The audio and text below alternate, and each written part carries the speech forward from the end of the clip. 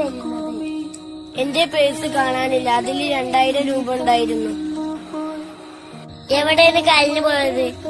എവിടെ പോയി അറിയില്ല. മരുന്നില്ലെങ്കിൽ എന്റെ അമ്മ വഴക്ക് പറയും. എന്റെ അടുത്ത് 500 രൂപയുണ്ട്, ഞാൻ തരാം.